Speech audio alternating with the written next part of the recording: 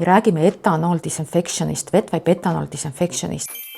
Toode on jälle selline, mida kasutavad paljud Eesti haiglad, hooldekodud. See on spetsiaalselt viiruste, bakterite hävitamiseks mõeldud toode, mida te saate kasutada ka kodutingimustes. Toode on Terviseametis registreeritud, kasutusvalmis.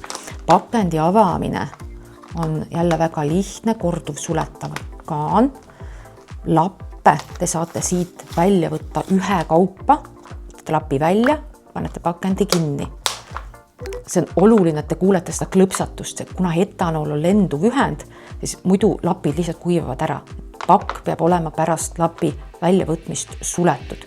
Kontsentratsioon on 70% etanooli. See on selline optimaalne kontsentratsioon, mis siis tapab teil ja hävitab näiteks erinevad gripiviirused, COVID-viiruse, erinevad bakterid. Etanoolilapid sobivad siis kasutamiseks kõikidele pindadele, mis taluvad alkoholi, näiteks ukselingid, kraanikausid, tualetipotid, erinevad lauad, erinevad pinnad, et kui te seda lappi kasutate seal, saate te kindlad olla, et te olete nagu pinna korralikult puhastanud ja bakterid ja viirused hävitanud. Mis on hea, et iga lapp on kindla kontsentratsiooniga.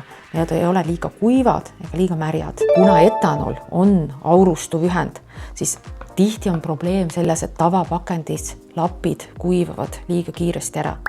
Aga kuna meie pakend ongi spetsiaalne selline korralikult kinni minev klõpsatusega pakend, siis see lappide kuivamine siit on välistatud.